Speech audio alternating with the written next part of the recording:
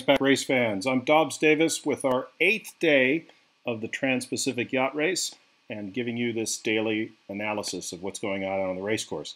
Not going to have a lot of time today for this show, but promise to have some more interesting stuff tomorrow. I think the big news here, and let me blow up a little so we're closer, is that everybody is past the halfway point. Everybody has traversed the course far enough so that they're closer to Hawaii than they are to California. This is actually a pretty big milestone because in most Transpacs in recent years and even into the past, there's always been some kind of failure, some gear busting or injury or some catastrophe of some sort that's forced people to get back to the coast within the first few days of the race. Now, the race isn't over. I mean, something could happen, but basically, if something hasn't happened by this point, either to the spar or the rudder or some other relatively vulnerable part of the boat, then usually everybody makes it to Hawaii intact. Two years ago in the 2019 edition, we did have a couple of failures that were just shy of the finish line. These were mass failures. I think the other one was a rudder issue. But by and large, it looks really solid for this group. We hope everybody traverses the last half of this race successfully and safely. And if the weather's any indication, they're going to do it fast. Everybody is really speeding out here. We can look out at our leaders just like yesterday. They're going fast, 20.7 knots, 11.8 knots. As you can imagine, at some point, Paiwaket's going to overtake. It's going to overtake our Division 7 leader, and they're going to have a fast race, but they will be overtaken probably somewhere in the Hawaiian Islands. I think I made that prediction a few days ago. So the guys on Ho'okolohe, I keep tripping on this. Ho'okolohe, they will have a great race, and they have been having a great race. As you can see, everybody's jibing back and forth, north and south, across the rum line or the Great Circle route here. Nobody's afraid of any ridge of high pressure and light wind up to the north. So this is why you're starting to see a little more time on starboard than we did a day or two ago when boats were starting to jibe over to port to get just a little south of rum. I think we're going to, in this last downwind phase of the race, see a lot more equal distribution across both sides of the ley line. Let's see, we'll just blow up one more level here. I did some calculations, by the way, and since I have access to the live tracker, this is obviously the 4-hour delayed one, just about 2 hours ago or so, Paiwaket had 690 miles to go.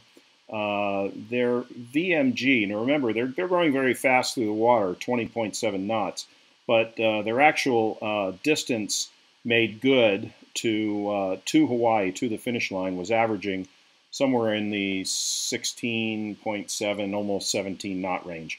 So if you do the math with 690 miles to go, and if everything else is equal, that's going to put them in Friday morning. I hate to refine it to an exact time, but probably around dawn, again, if nothing else happens. That, of course, is going to be great for our official photographer, Sharon Green, and her crew. Getting daytime finishes is what she really wants, and I think she'll be able to achieve that for at least the first to finish Paiwaket team. Are they setting a record pace? No. Comanche is a 100-foot long boat. They still have the course record, and I think that's going to be safe for some time. But nonetheless, everybody out here in this race course is having a great time with a fast trip. And as you can see, the Division 1, Division 2, Division 3 teams are working through the slower boats. Here's Bad Pack still leading Division 1 in corrected time. And tomorrow's show, I'm going to tell everybody about how that works. What is this corrected time and how is that formulated? and our other crowns are over Brett Walda, same as yesterday, going fast, leading their class in Division 5. Back over here, Grand Illusion. That's interesting. Grand Illusion is a boat actually I sailed back in the 90s. Ed McDowell and his son James campaigned this boat for many, many years.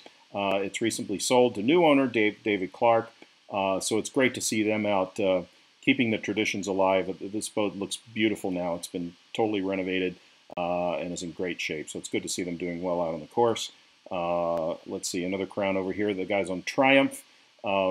They in the position reports this morning, they had a funny story that they're obviously very comfortable on board. They're settling into a nice groove, and whoever was doing the position report was saying that some of our crew, they're kind of muttering because they see the end coming in sight, and they really think it's coming too fast. They're really enjoying themselves out there, and want to see it keep going. So that's a sign of a happy crew. Favonius, a Daler 46. That was a team yesterday that got speed passed by Callisto. They're still leading this class, Division 7, the slowest boats that started a little over a week ago. So they're doing well. Let's see, where are their crowns in here? Anyway, here we are.